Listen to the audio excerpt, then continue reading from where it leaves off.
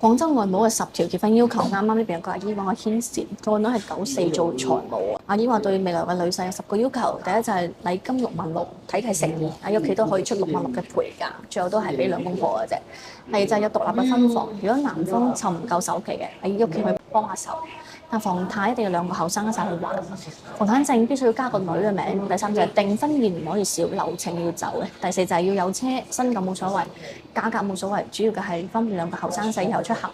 第五就係婚禮要做要搞，敬酒改口踩傳統嘅環節唔可以慳嘅。